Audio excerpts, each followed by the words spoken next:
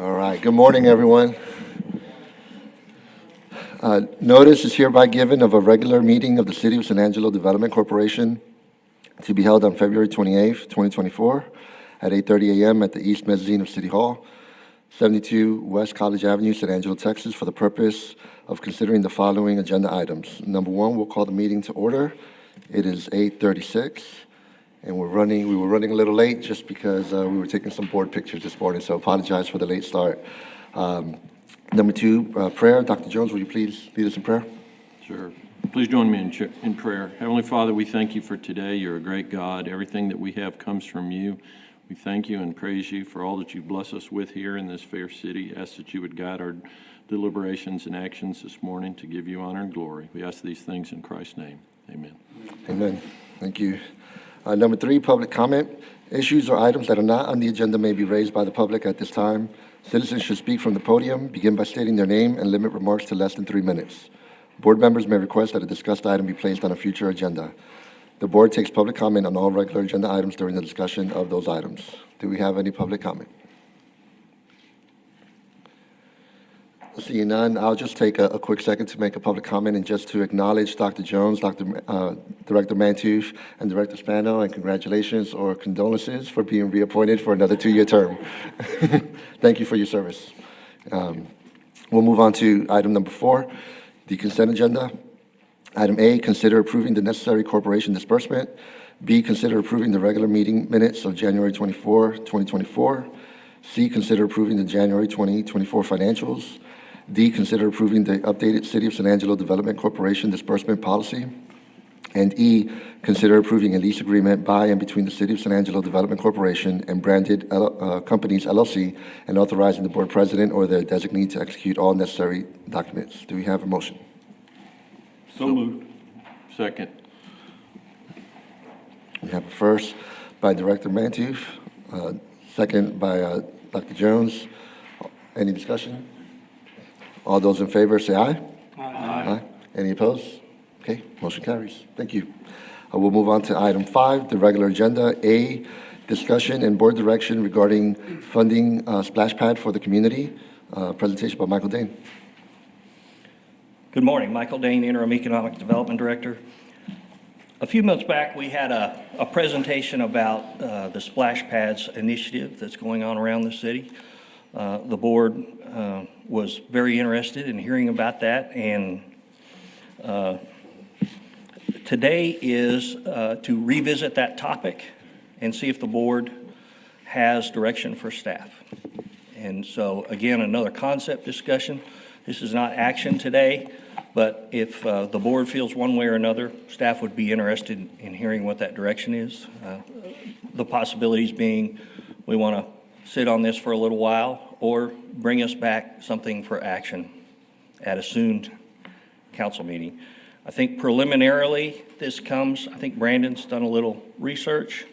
Why don't you go ahead and tell us what you think about eligibility? Yeah, so the Act has a authorized project for recreational or community facilities, which can include a whole host of things, but specific to this, public park purposes, park facilities, and things related to that. So I think it would be an authorized project, and I don't think it's one that is like our typical ones where we have to create, retain jobs, because this is a public facility, and we would just need to have some direction on the amounts so that we can bring it back for a public hearing and have, the authorized amount as part of that so the public can speak to it. We have, in our minds, characterized this as a quality of life initiative. Quality of life, as you recall, is one of the 3 strategic priorities for the organization. In fact, I think Dr. Jones was telling us about previous experience he'd had where he was in a community where they were successful in attracting companies, but quality of life became an issue for where those executives bought their homes. And so his comment to us yesterday was quality of life is important. And so we feel like it is a quality of life item, that it qualifies, And so I think that leaves you free to consider where you think the value is. I believe the splash pad folks are here to answer questions. If you Michael, I'd have- like to ask you a question first, if I could. I have word from someone close to council that the land was donated to the splash pad project on the, only if the remainder of the funds were raised from private sources. Does that disqualify us from donating cash to this project? That's a good question. I don't know what the specifics were associated with the land. I know that the language about fundraising from private sources was part of the language in that initial council action.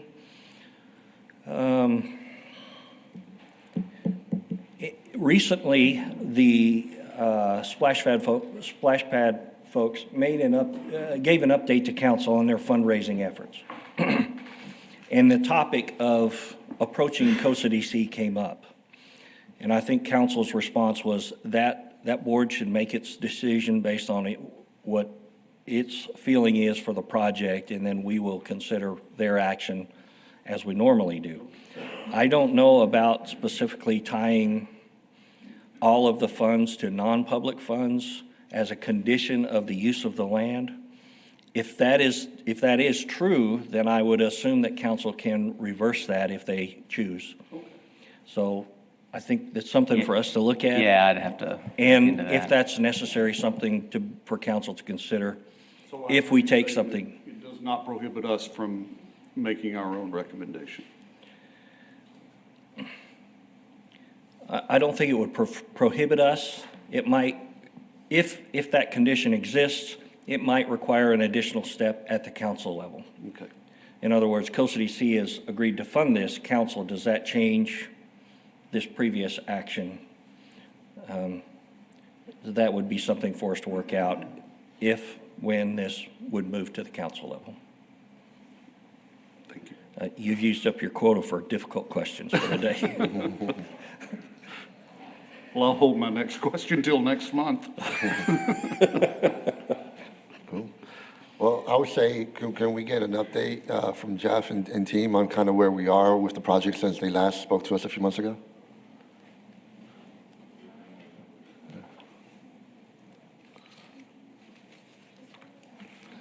Rock, paper, scissors? Yeah, so my name is Jeff Perron. So where we stand now is we have raised the funds to produce the first splash pad at Unidad. We are hoping to start ground break in about 3 to 4 weeks. We're still pushing. We've come up with another $50,000 donor match from Snyder IT. They're interested in helping as well. So we got a few more big players involved to push forward for the next project, which is going to be the Kirby Park. So that's, I guess, where we stand right now as far as funds raised. So Jeff, do you have a number that you're gonna need to get the second park done? Yeah, so we're looking at about probably 400 to 450,000. I don't have that, just with the donor match that we just recently had and a few others. I'd need to get some facts on that, on what's remaining for sure, but we're, as a whole, it's about that. Questions, concerns, comments? Well, and then, Would you, oh, go ahead. I was gonna say, just for the first project, since you have that funding, what was the funding for the first project? How much was that total? Right at 400,000. Okay, so both together be about 800 or so? Yeah, they're both locations are fairly similar. The only thing that's gonna change is, so the location of it, you know, if we have any construction issues of where the tanks are gonna be buried, some of that stuff, that changes the evaluation of the project. But ultimately, the parks themselves are very similar. And it's just basically it's the structural details of what we might encounter as far as what's being installed. So there should be very similar. No, that answered my question. Oh, that- The okay. cost of the first Yeah, project. cool. Anybody else? Okay. May I speak on his question? Sure, absolutely. So, I'd like everybody to possibly understand on what we came forth to and asked for at the beginning. We asked for some help on this project through the city. And in response to that, it was, right now, we just don't have the funds available. So we're welcome to work with y'all and try to help make this project happen by donating the land. But I don't know that I recall a situation. I think there might have been a little bit of a, like, well, if the city can't get involved, then we'll publicly make this happen and, try our hardest to make it happen. But as far as...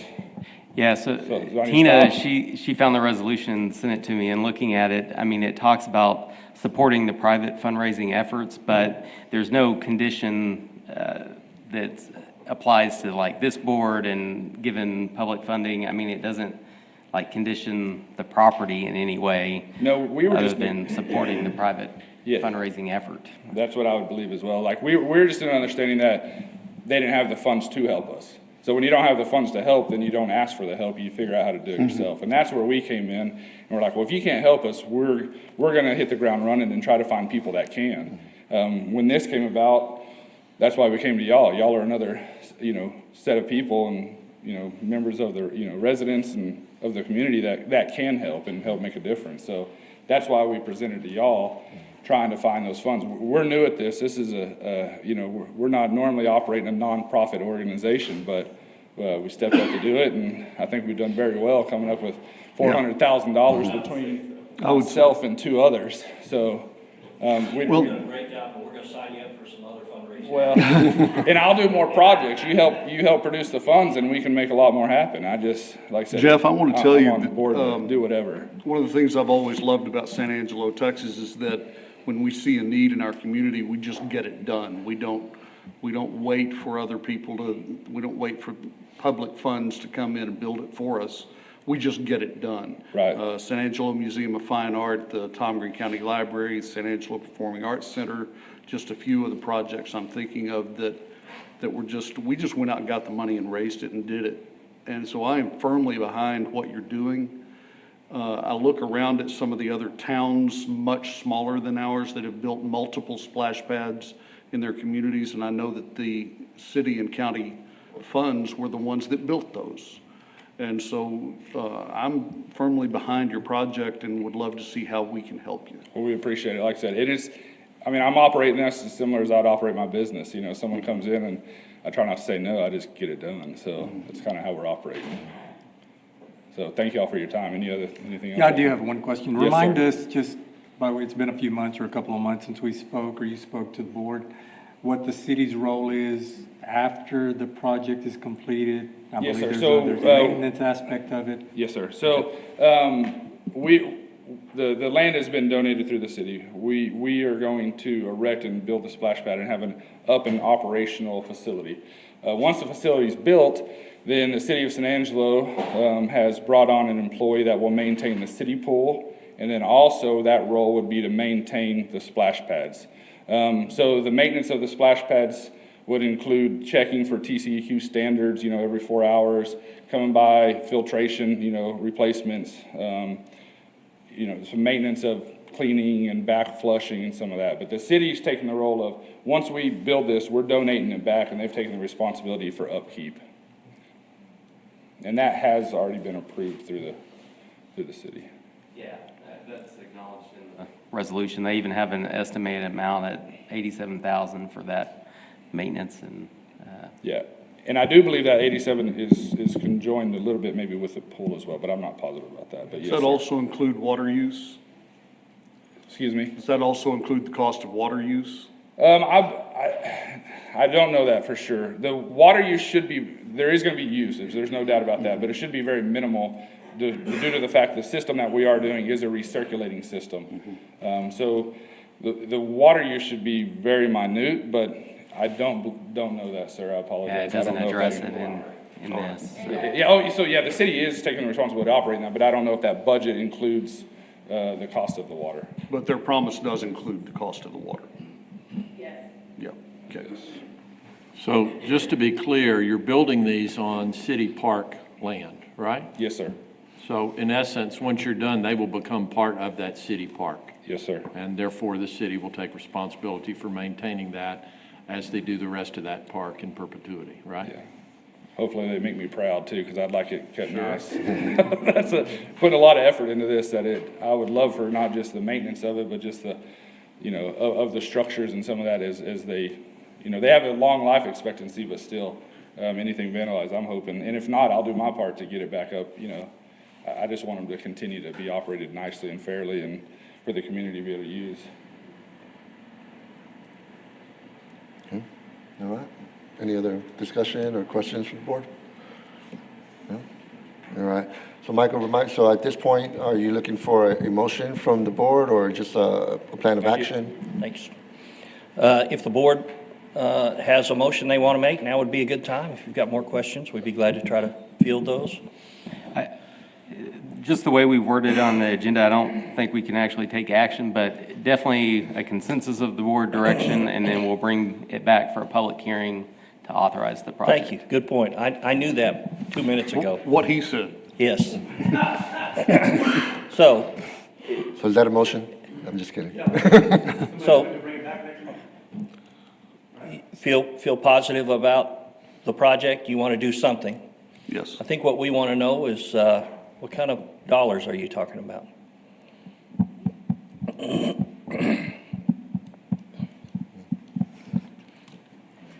My opinion's 150. What's the basis for that? It's just a beautiful number. 150 is a beautiful number. It's not 200, it's not 100. It's a third of what they're looking Yeah, it's for. not 200, it's not 100, right? It's, well, exactly what he was about to say. When you look at some of the larger donors that have come in, this puts us right in the ballpark of doing, not funding all of it, but doing just enough to where, we felt like we played a large role in getting this second one done. And I think 150 is probably a number that a majority of folks would be happy with. I think if we went any lower than 150, maybe some of us wouldn't be happy with it. And I think if we went higher, maybe some other folks wouldn't be happy with it. And I think we're meeting in the middle. And I think 150 is, I think 150,000 would be appreciative to the folks that are raising money. I'm good with that. So in terms of source of funds, don't we have some fund balance or some excess interest that we've earned that is a little bit more than that amount that could be put towards this project? You're right. Last year, we, because of increased interest rates, our interest income beat the budgets by a sizable amount. At this point in this fiscal year, that has gone to fund balance. And so your fund balance is up a little because of that particular item and others. This year, you're probably going to beat your interest budget again, but you do have approximately, I think we've made one transfer, and so you're in future projects line, you're down to 1.9 million and change. If at the next meeting you committed another 150, we'd take it out of that future projects line and go from there. But you're right. You did beat interest. I'm not sure we beat it by 150 last year, but we also came in under for administrative expenses. Smart lady right behind you probably has that answer. Yeah, I'm looking at it right here. I was looking at the interest as well, but yeah, we'll take the. Just real Got it. quick, Tina Deersky, Board Treasurer. Last year, you were over your interest on investments revenue line by just over $200,000, $200,652. Thank you.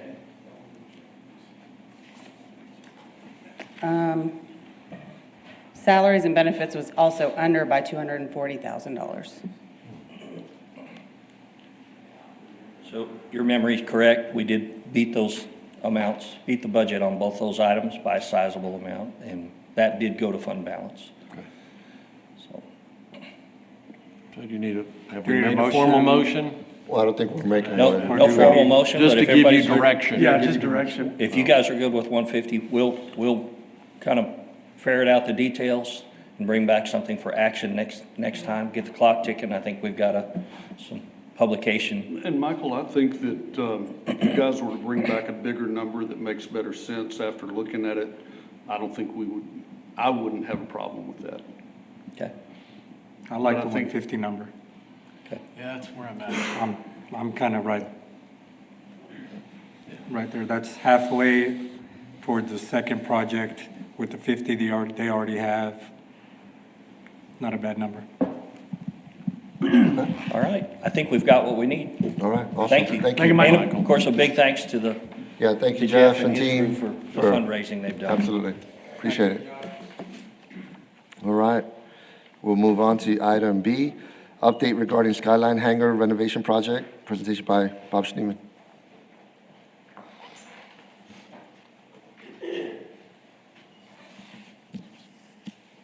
Morning, Board. Bob Schneeman, Economic Development Project Manager. I'm going to catch us up on slides here.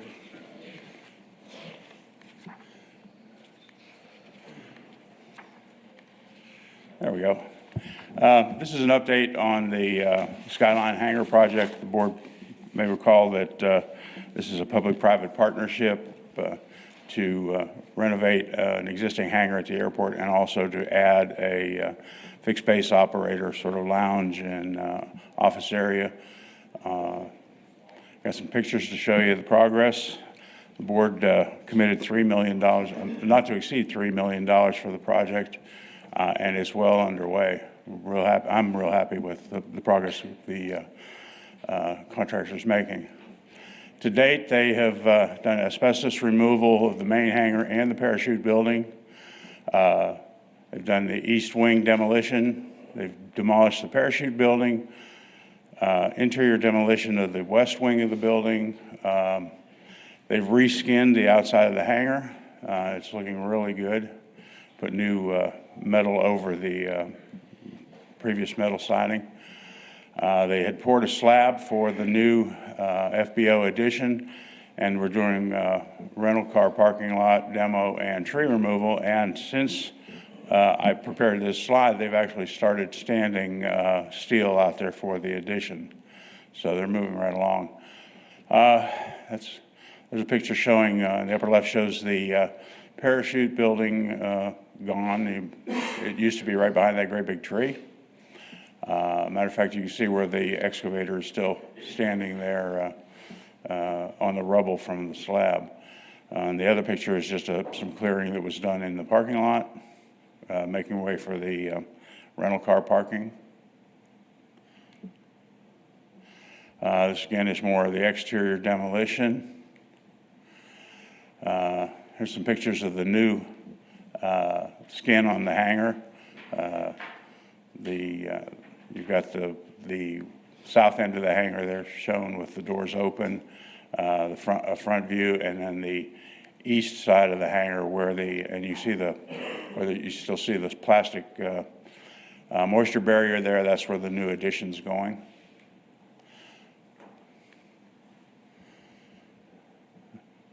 They're also doing a lot of utility work in preparation for the new slab. There's the pump pouring the concrete for the new slab, and there's a good picture there of the overall, what the hangar looks like overall, sort of with the new painting and the new skin on the building.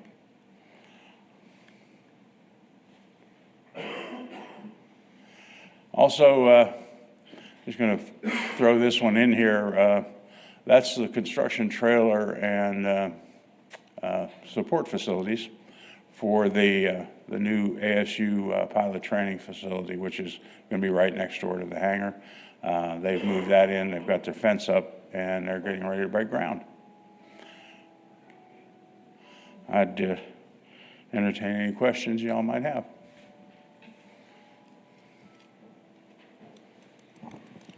Any questions for the board? If I could, Max? Bob is out there on a regular basis, obviously, checking on progress. And we've already had one board member say, I'd like to get out on the airport again and have a look around. We could arrange, that could be a future field trip, or if you just put a bug in Bob's ear, let me know the next time you're going to be out there, I'll come and ride with you if that's all right. Since he's out there all the time anyway, not all the time, out there regularly, there's room in that pickup to take a few of y'all. But it is very interesting to see that go up. Once they they dug that hole, and then once they started pouring, it seems like they're really moving. Yeah, they've done an incredible amount of work really for the time that they've been at it. The subgrade for that addition was probably 4 feet deep or better. They had to remove the material, bring in new material, recompact it and everything. Got all the under slab utilities and everything done. Poured the slab. We kind of kept track of them as they were pouring the slab. They did a real good job on that, including keeping it wet while it was curing. And I think they've done a really good job. I really do. So if you want to go, give us a call, let us know. Yeah, I Bob, usually try what to go at least once a week, so. What is your target date for completion? Sorry? What is your target date for completion? They were looking at August. They had some delays for some unexpected sewer problems and stuff. So probably September of this year. So March of '25? Sorry? So March of '25? Yeah. 2 weeks. So just by point of clarification, both of these were business retention and expansion projects, correct? That's correct. Both of these would be considered business retention and expansion. Thank you, Bob. Okay, yeah, thank you for the update. We'll move on, I guess, to item C, if there's some other questions. Thank you, Bob. San Angelo Chamber of Commerce presentation regarding marketing efforts, including recruitment and BREP-specific procedures. Presentation by Michael Looney.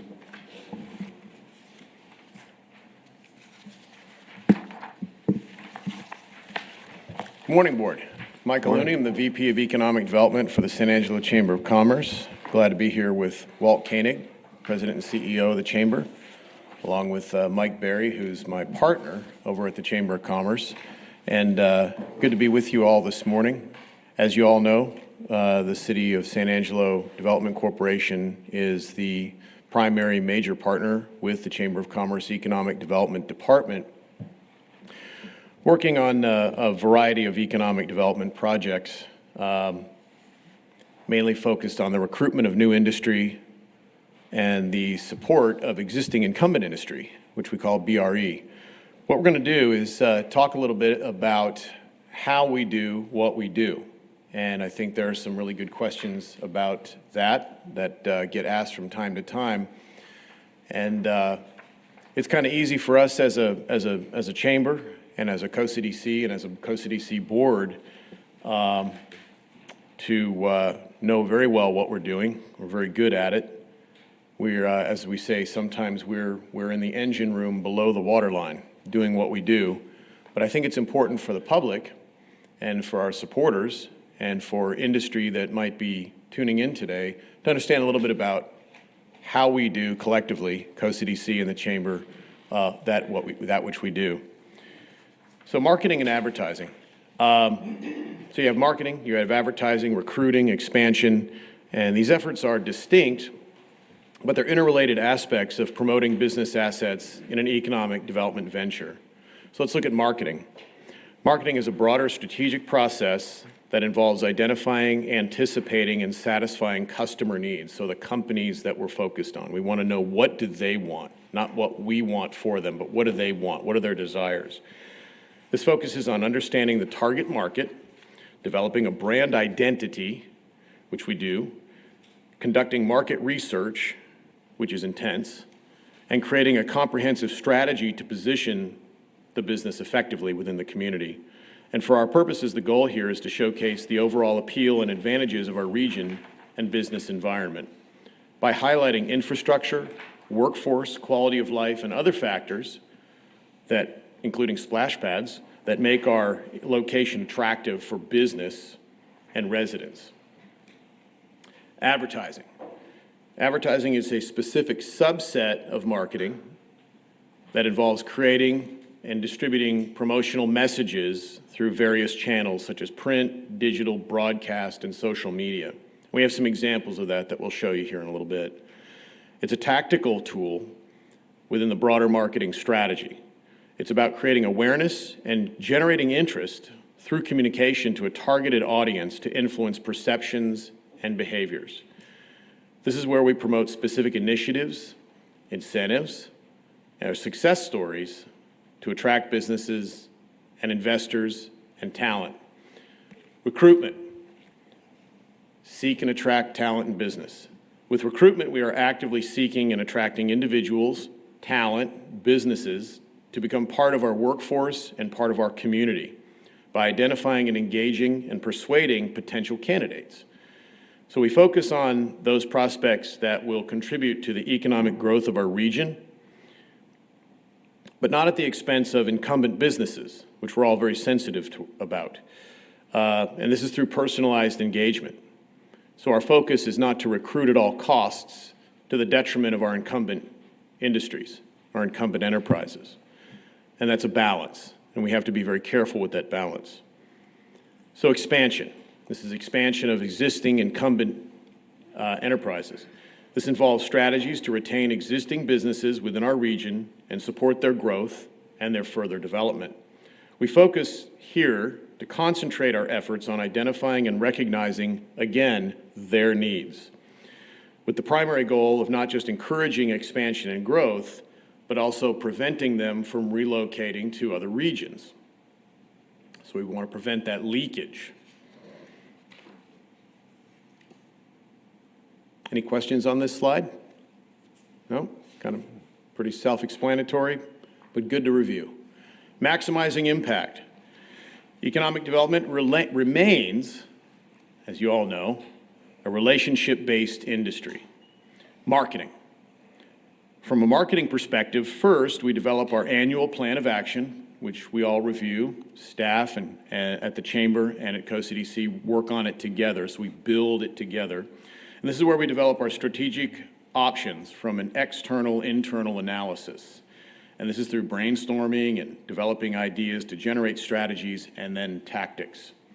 We start with an external environmental analysis of threats and opportunities and identify what the constraints are. The overall goal is to help make decisions better, seize opportunities, and protect our organizations and communities against threats. Of utmost importance is our digital front door. And these are marketing techniques that see an increase in their effectiveness as they're used more and more. And we focus on digital tools that include having a robust internet web presence, very robust social media presence, media relationships, public relations. And these are really key to our continued mission of relationship building and awareness building. Any questions on this slide? If you have any questions, feel free to stop me. We can certainly discuss in more detail. So today's successful marketing campaigns are really more rifle shots. They are directed at well-researched targets that are specific with snackable messages. Furthermore, data has to be a major component of any economic development program, and understanding what that data means and how it can be used to promote the community is essential. And this is something we find with industry, is that a lot of the messages that certain communities and certain sectors of the economy might want to promote, which are very valuable, may not necessarily be what an industrial enterprise wants to learn about the community. So we use a lot of data. Ultimately, the customer we are trying to influence has the final say. It is their decision to agree with us, locate or expand their business in our community, and do what needs to be done. People will not choose a location based only on what we think is important, but any advantage our community has only matters if the customer values it. Our customer values data, growth data. But the key is that our community must understand its value proposition, not only from the eye of the beholder, but through our own eyes. So we have to understand that message that we're promoting to industry.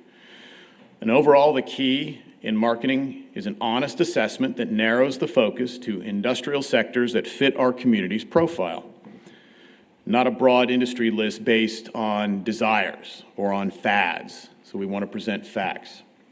So advertising. It's the second tier there. When it comes to advertising, beyond a web-based landing page, LinkedIn is the #1 social media outlet for business, and we use that a lot, and it's been very, very useful. Access to comprehensive workforce statistics surpasses incentives, and that's been proven in the past couple of years with surveys of site selectors and scouts that work for industry. And some of the most successful features include workforce statistics, incentive information, demographic information, a searchable database of available buildings and sites, which we have, quality of life information, and lists of major employers. We have invested time and money into providing all of these features, offering top-notch, accurate, and industry-standard data. Recruitment. So this is where we're bringing new industry into the orbit of San Angelo. So regarding recruitment, our focus is on the traded industries. It is upon these industries that our entire economy is based. Today's site selection decisions are based primarily, again, on data that support our community's claims that we have a talented and well-trained workforce and available facilities and available land. This is why we invest in data and research very heavily, and that is to pinpoint companies that fit our needs, assets, and geography.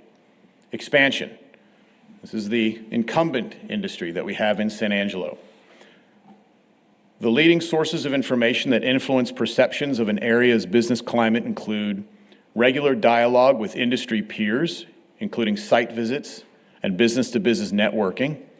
So that's outreach to our incumbent industry very regularly. Media articles of economic development successes and economic development interest. Internet and websites, that's again our digital front door. And social media continues to rise in influence. With LinkedIn being very specific, we find that is very, very useful and utilized by industry and site selectors. So if our business leaders and residents do not believe our community's value proposition, then it will be difficult for any of our prospects to believe our value proposition. And so what is our value proposition?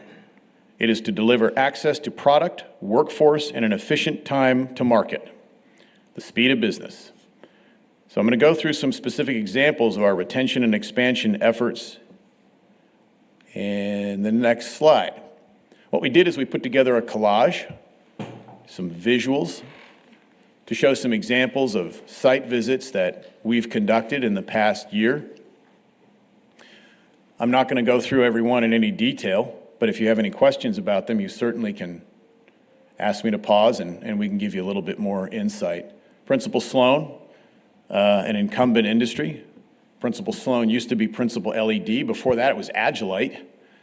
And they've grown to a position where we have helped them with one expansion, assisting them with another expansion. And they currently, through their acquisition of Sloan Industries, now have 50% global market share of the internal LED component manufacturing sector. That's in the United States.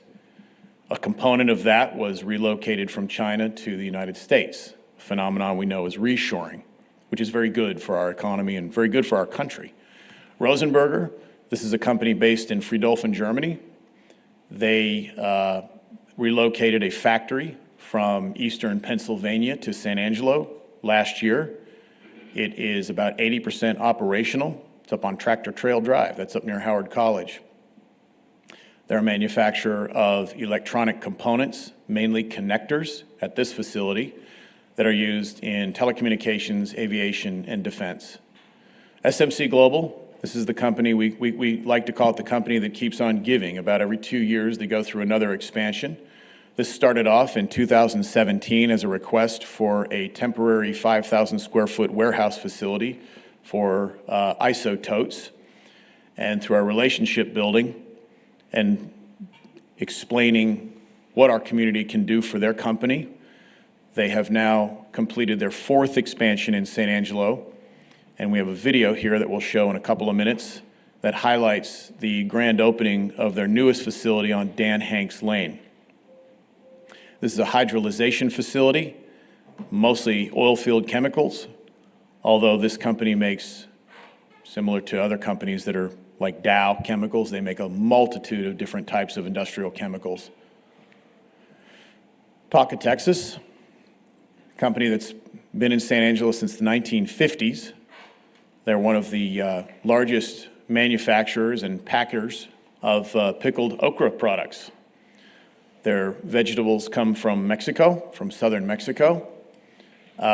They have been up on off Bell Street for many years. It's a very large facility. We're working with them currently, which you'll learn about soon, on an expansion. Dan Hill Containers. This is a container manufacturer. They do custom packaging. These aren't just typical moving boxes. These are custom boxes used by a variety of different industrial sectors with a variety of different tolerances and strengths, including waterproofing. Double J Lamb, this is a company that we, Costa DC, the county, and the chamber worked very closely together to help rescue. This was a company called Mountain States Rosin. It's now been reflagged Double J Lamb of Texas. This, as you may remember, was a lamb packing company that was put in a very difficult situation in Greeley, Colorado, where a offshore company bought their facility that they'd been in for 40 years out from underneath them. And they came to us asking for whatever help we could offer, and that help was in the form of the former lamb packing facility out on City Farm Road that had been vacant for at least 20 years. The company has invested approximately $10 million into that facility. It is functioning, and it is working very well. Goodyear, company that's been here in San Angelo since 1946, and we talk to them regularly. Kevin Mesa, who is their director at the facility, about new projects and new programs that they're conceptualizing for potential expansion of this facility. Bimeda, this is a company that specializes in animal livestock vaccines. We are working with them. This is an Irish company. It used to be called Texas Vet Labs. Texas Vet Labs was bought by Bimeda, Ireland, and we are currently in the process of working with them on a long-term expansion plan for their campus just off Bell Street. Anodyne Wool. This is a company that has been in San Angelo for decades. One of those core foundational companies that utilizes regionally sourced fibers, wool fibers, and one of their largest customers is the Department of Defense. So if any of you have ever been in the service or are thinking of going into the service, you will likely be issued wool clothing and wool blankets. They most likely came from Anodyne Wool. Aegis Cabinets. This is a kind of a newcomer. This is a company that was started by a guy named Mike Kelly. This is a company that makes very high-grade cabinets that are really AV, audiovisual systems for business and for the home. And we've been working with Aegis Cabinets on their long-term expansion plan. It's a successful company, mainly online ordering and design, and these are probably some of the biggest state-of-the-art, some of the most best-made state-of-the-art AV cabinet systems in the world. In fact, last year they won a CETA award for the quality of their products. And then Allen's Transport. This is a company based in Edmonton, Alberta, Canada. Again, started off as a kind of an offshoot to a company that we tried to recruit back in 2018 called LSPI Chemical out of Bryan, Texas. We thought it would be a really great idea for us to have another sister company pull alongside SMC Global, a company that manufactures drag-reducing agents, which are used in interregional pipelines. In the 500,000 square foot factory in Bryan, Texas, they regrettably said, we really can't move that. It took them 50 years to build it as to what it is now. But they said, why don't you talk to the company that does our custom hauling for us, based out of Canada. And that's Allen Fandrick, Allen's Transport. And they recently have acquired and are now greatly expanding their facility on Gas Plant Road. You might remember, they purchased 12 acres in the industrial park circa 2018. I don't remember the exact date, with aspirations of building a full chemical distribution intercept and terminal with offices. They were 3 days away from letting that contract. There was a former energy facility that was available that just came on the market on Gas Plant Road, and they bought it and immediately began the process of retrofitting that property and then taking issue of it and moving into it. Dragon Industries, this is a company that came to us.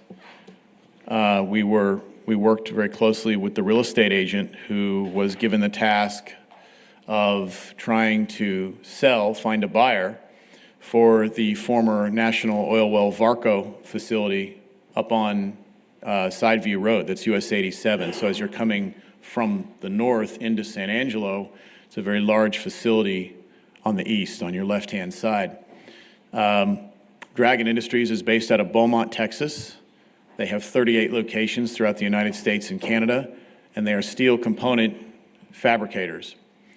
In 2018, they bought the NOV facility for cash, and we have been working with them ever since to help upstand the facility and really increase their amount of talent that they're able to curate and absorb from the local ISD, Howard College, and a little bit from Angelo State University. And that's a picture of me and Mike at their facility in Beaumont, Texas.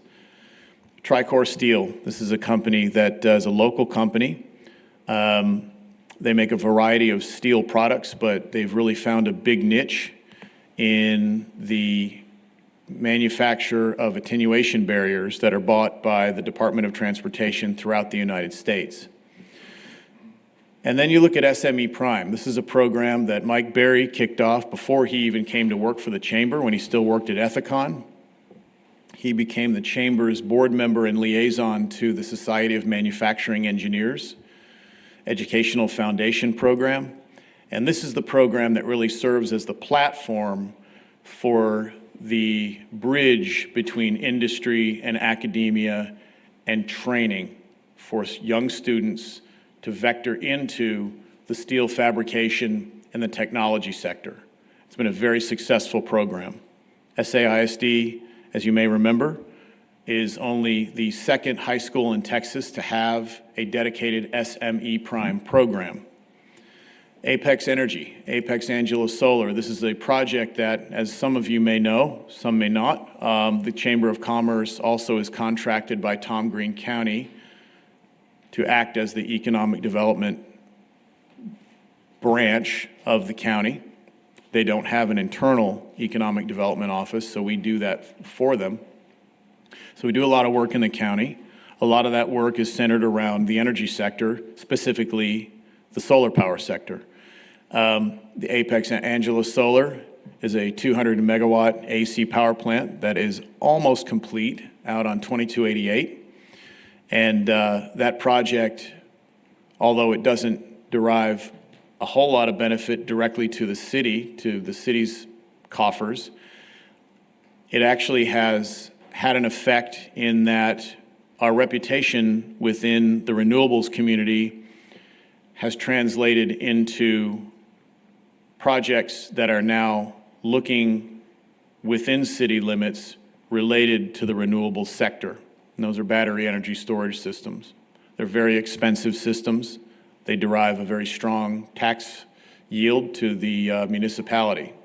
So again, going back to what I said earlier, it's the relationship building and the reputation sustainment of San Angelo and of our collaborative mission that really is driving our business and increasing the level of communication, recruitment successes, and expansion successes. We were recently featured by a company called Local Intel. There's an article in front of you that you can read later that was written by Local Intel, Dave Parcell, and it is Data-Driven Marketing, San Angelo's strategy to shine in the crowd. We didn't write it, but I presume we influenced it, in that Dave Parcell is a economic development support expert whom we know through several trade shows that we've gone to. We've gotten to know him very well. And his main focus is the collation of data to create a web-based, data-driven storytelling platform so that communities can best communicate their real strengths, aspirational, and those that they currently are really good at. We do have a couple of videos we're going to show you. This is Oil and gas is obviously a major Global. part of the San Angelo economy. We're very pleased that we built a relationship with SMC Global leadership. They started off in a relatively small space, 25,000 square foot building, and one of their regional developers with the company, actually, it was kind of funny, he called me a couple of days after they moved into the building, and he said, "We've got a problem." Of course, my heart sank, and I thought, oh no. What happened? He said, "Well, we're out of room." And I kind of laughed. I said, "Well, I think we saw that coming, but I didn't see it coming this fast." Which was indicative that there's a good market here for the company. San Angelo has offered us the ability to build a very, very strong team of people. It's also a little more strategically located than just being in the Permian, Midland, Odessa area, because from San Angelo we can easily reach New Mexico and Odessa, Midland area. It's an hour and a half away. We can also reach the South Texas area and the Eagle Ford, as well as Oklahoma. And then, of course, kind of the crowning achievement of 2023 is the grand opening of their new facility. This is actually an expansion to our current 3 sites that we have here in San Angelo. With it being an 8-acre site, we have about 14 storage tanks compared to our 4, 5 that we had previously. We have a telemetry system on all our storage tanks so we can actively see material levels at all times. We have a very detailed lab that we're able to have consistent results and samples that we can provide to our customers. We have 2 chemists on site that can do quality control. We're a little unique in the fact that we source our raw materials directly from manufacturers throughout the entire process, from procurement, supply chain, manufacturing, all the way through delivery to the customer is completely within our control. Anytime a customer comes to us, they always know they're going to get the same at all times. Consistency actually keeps customers loyal. That's a strength that we have and we've been able to maintain in the market, and it gets out there.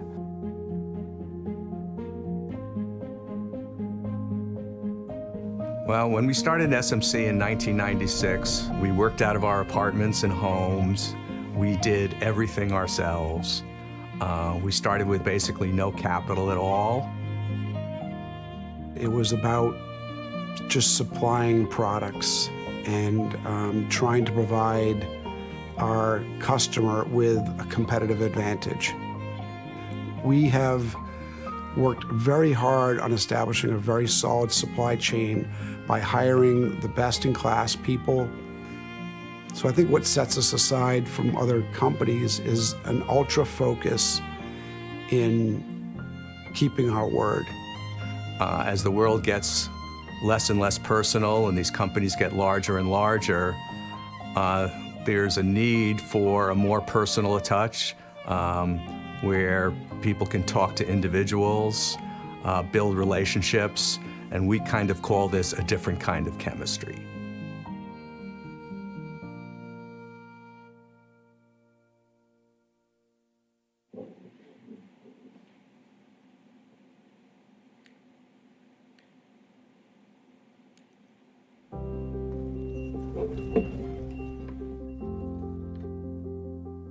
Ten years ago, we noticed a surge in renewable companies looking for opportunities in the Tom Green County, San Angelo area. We're a big oil and gas area, a lot of natural gas under the ground, and that's a big part of our economy. But there was a lot of interest from landowners in exploring opportunities to support the renewable energy sector.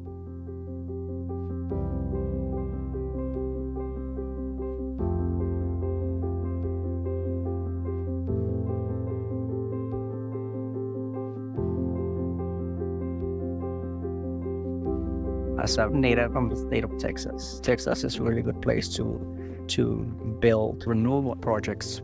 We got a lot of big open space, plenty of wind resource. We got plenty of sunlight. We also have good infrastructure. It's important for our region to not just rely on one form of energy production. Diversity is key to making sure that our economy is well balanced. We do not have a large industrial waste. That means that the majority of the taxes that we collect have to come from individual landowners and homeowners. And so anything that we can do to help offset those taxes, we try to look at that. The advantages with solar, it brings additional tax dollars that our constituents don't have to fork up. It can be a pretty good neighbor. I've been more proud of the people and how invested on this project in helping out the community. Anytime that we find the opportunity to volunteer to any organization here in San Angelo, we take that opportunity and we give back. We've had different community outreach events. We did an appreciation event for the workforce on site, and we use 100% local vendors, and then the small local vendors, making sure that we can stimulate the economy and help out and give back. Angelo Solar is going to bring a lot of opportunities for people. It's a big boom for the economy of San Angelo and this area with this project. We create jobs and stability. I never thought about construction. I was nervous not having a background in construction, and now I love it. Every day I learn something new. Literally, every single day someone teaches me something, whether it's big or small. Being able to learn how solar works, I feel like I found my place in renewable energy. I think it's important for counties to consider renewable energy because you're providing work for people within your county or your city. It provides energy to our grid, and when you give back, so why not bring it to something that in the future give back to you time and time again.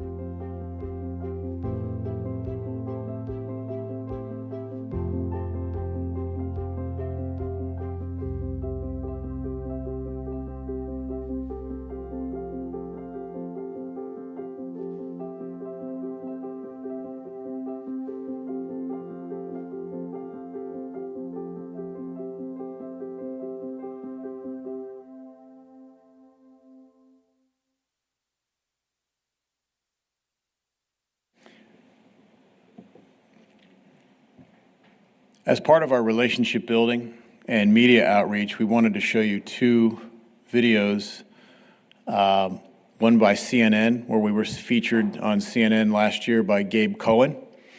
Gabe Cohen came to San Angelo to do a report on the interesting interplay between renewables and the O&G sector.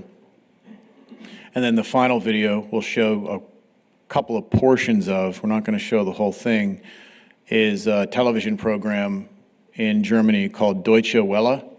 They have a series called Made in Germany, and they featured San Angelo in that show, which aired in the fall of last year. We wanted to show you that too.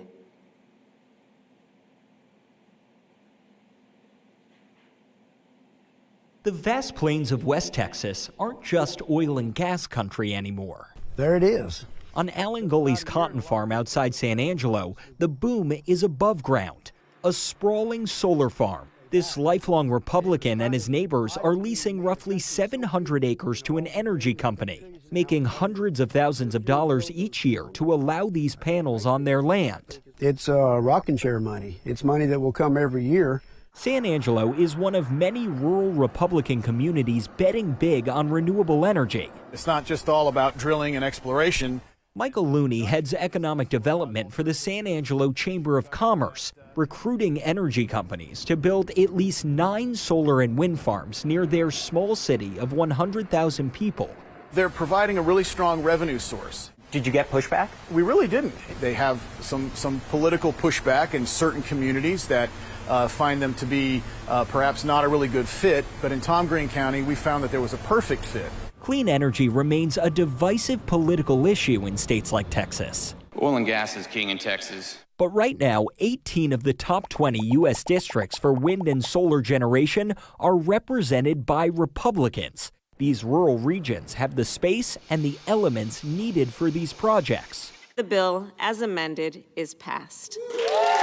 The nearly $370 billion climate bill, part of the Inflation Reduction Act, recently passed without a single Republican vote, some calling it a gift to elite liberal states.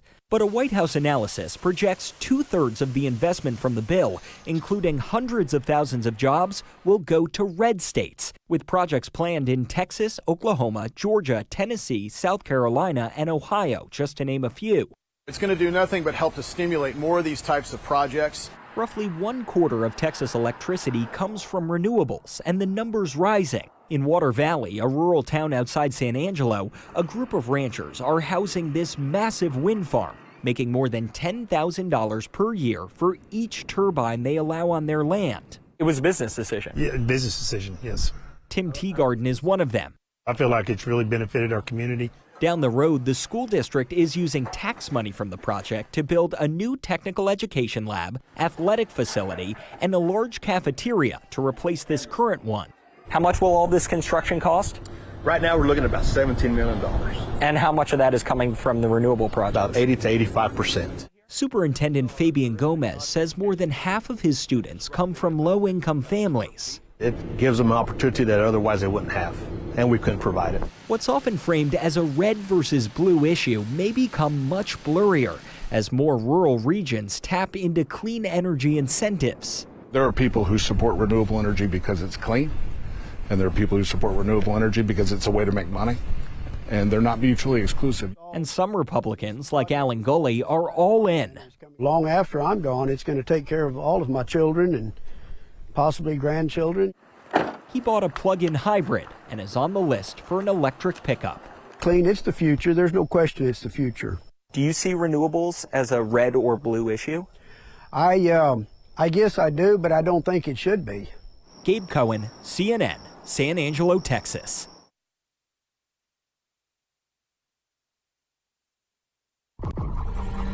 Golf play. Made in Germany series. So we're going to start with the intro, and then we're going to slide ahead to the part that speaks about renewables versus gas and oil and how they work together in the region.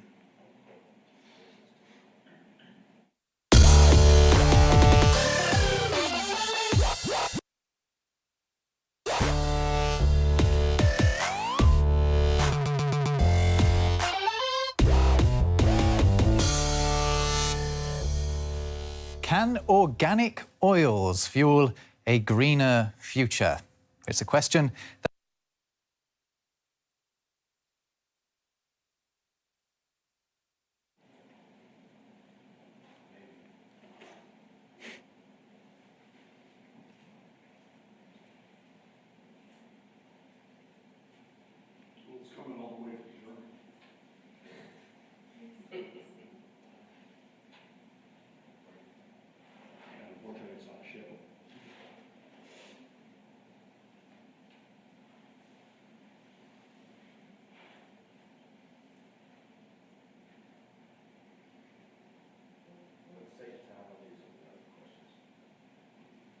Are there any questions so far? Afterwards, Laura could send us the link and we could watch it. Yeah, we've on got our the own or links and we'll something. send that on. Yeah. Probably be worth a look. It's a nice program, it's very well done. Are there any questions? Yeah. Questions from the board? No? Okay. If I might, just to sum up,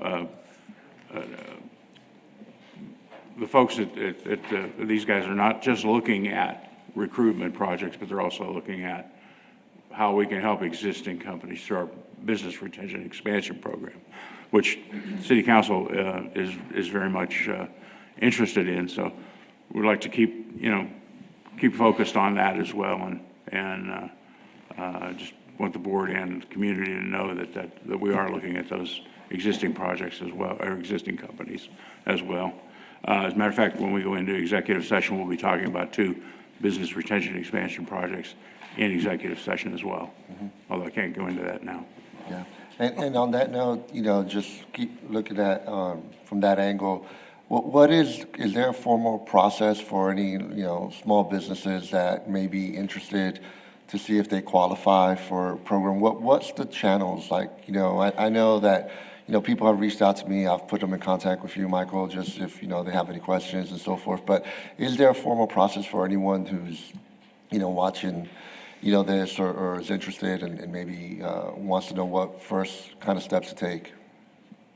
The first step is through the building of a relationship, and that doesn't have to be a very elaborate process. It's really just a question of a phone call, an email, or a personal visit, where we usually go out to the site. Sometimes they'll come see us, meet over at the Business Resource Center, headquarters of COSA-DC's operation, just to understand what their goals are.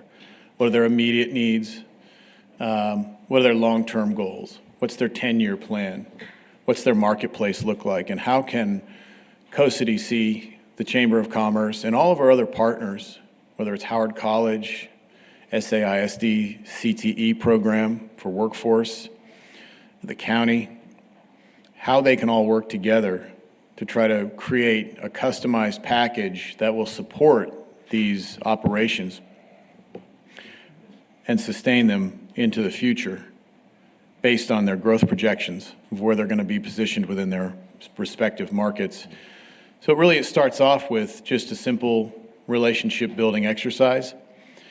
The exercise then will create a mutual understanding of what those needs are, and then it's really a very simple form, which we will provide, or Bob and Nora will provide to the customer, and they can fill it out. It's a one-page form that just describes briefly what their needs are, including their financial needs, their capital needs, their facility needs, and then once it's reviewed, it's brought before this body for further discussion. It's worth noting that, as we will do here in a little bit, these discussions are confidential. We have had some companies that have been reticent to discuss what their plans are because they fear that their plans might be aired in public and alarm staff and inform their competitors of what their strategic moves are. So that is all done confidentially. It is only brought to the public eye and made public once the project is going for final approval, which is required by law, which makes sense when you're using municipal funds. We find that probably roughly half of the companies, the existing incumbent companies in San Angelo, want to take advantage of COSA-DC's capabilities of deploying capital. A lot of them really want data, they want workforce information, and they want to understand the overall growth projections of the San Angelo market. And then the other half will want the same, but they will have some capital requirements.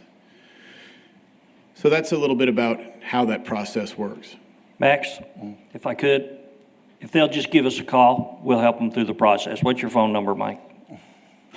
655-4136. Ask for Mike. 655-4136. That is the Chamber of Commerce number.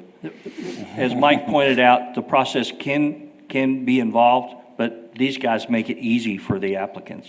They help screen, help develop a concept that can be approved, and then Bob and Nora help shepherd it through the approval process. But it starts with that phone call to the chamber. 655-4136. It's a fast process too. As you know, we have a regular, daily, multiple times per day communication network between the COSA-DC staff, Michael Dane, Chamber of Commerce, and all of our other partners. The COSA-DC team and the Chamber's Economic Development team really, for all practical purposes, are the same body. We're the same cohort. We work that closely together.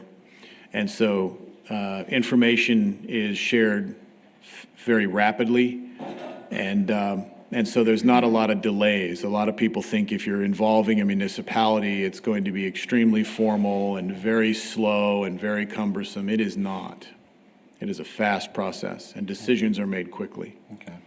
And I would think, just to your point, Michael, as far as, just from my past experience, just when people have approached me, I've obviously sent them your way as well. And I've also encouraged them to participate in the small business competition, right, that the Small Business Development Center puts on. I think those are two good opportunities to engage local businesses and for them to kind of look into, because obviously the Small Business Development Center as well will, guide them and help them with that process. Because sometimes if they're a small business, they may not have a 10-year plan, right? They're just trying to make it day by day, and some guidance and assistance in helping them think strategically and, long-term, may contribute obviously to their success as well. Max, that is a very good point. Nora has worked to streamline that competition process, so even that we're trying to move quicker on. All right. So absolutely call, and we'll see if we can help. Yeah, sounds good. Okay. Well, thank you, Okay. Michael. Any Well, that's questions it for from the the board or feedback? Public presentation. Thank you all very much. Okay, well, super. Well, thank you. We'll move on to the closed session. Item 6, executive session under the provision of Government Code Title 5, Open Government Ethics, Subtitle A, Open Government, Chapter 551, Open Meetings, Subchapter D, exceptions to the requirement that meetings be open under the following sections. A, Section 551.087, Business Prospect Negotiations regarding BREP Project OTR-2. B, Section 551.072, Deliberations about real property regarding sale of 7.23 acres and 17 acres at the industrial park. And C, Section 551.087, Business Prospect Negotiations regarding Project Punch, which is also a BREP item project. It's 9:48. We are now in closed session. Thank you, everyone.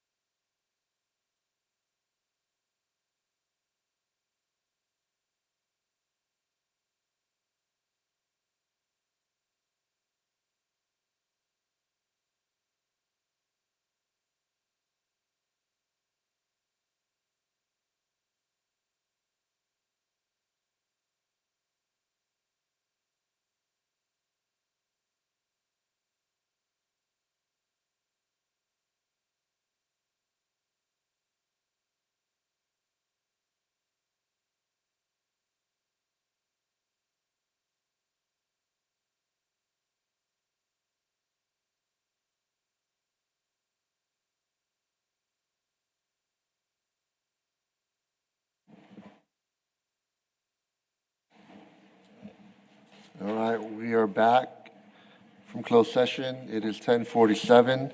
Item number 7, follow-up and administrative issues. A, consideration and possible action of items discussed in closed session if needed, and there are none. B, announcements and consideration of future agenda items. Do we have any? Actually, yes. So I would like to see if at the next meeting, we could possibly get an update on the railport. And the reason why I ask is I pass that thing several times. I mean, I'm at the landfill all the time, so I see the railport daily. And I don't see a whole lot of activity going on out there. I would just like to, and it could be quick, just where are we, what's going on? Because I just don't see a lot, and I just would like to know what's going on out there, so. Joe, would you like that from the perspective of business activity out there, development issues that we think about regularly? Is there a perspective you'd like us to cover? Yeah. Or all of it? No, it could be simple, right? Where are we today? And what is the plan for the future out there, right? As far as it being utilized, it being expanded, if it is going to be expanded, I would just like to see what's going on out there because I see it every day. So I'd appreciate it. Okay. Sounds good. Any other items? No? Okay, if not, then we'll entertain a motion for adjournment. So moved. Second. Okay, we have first by Director Mantue, second by Director Jones. All those in favor, say aye. Aye. Aye. Any opposed? All right. We are adjourned. It's 10:49. Thank you, everyone.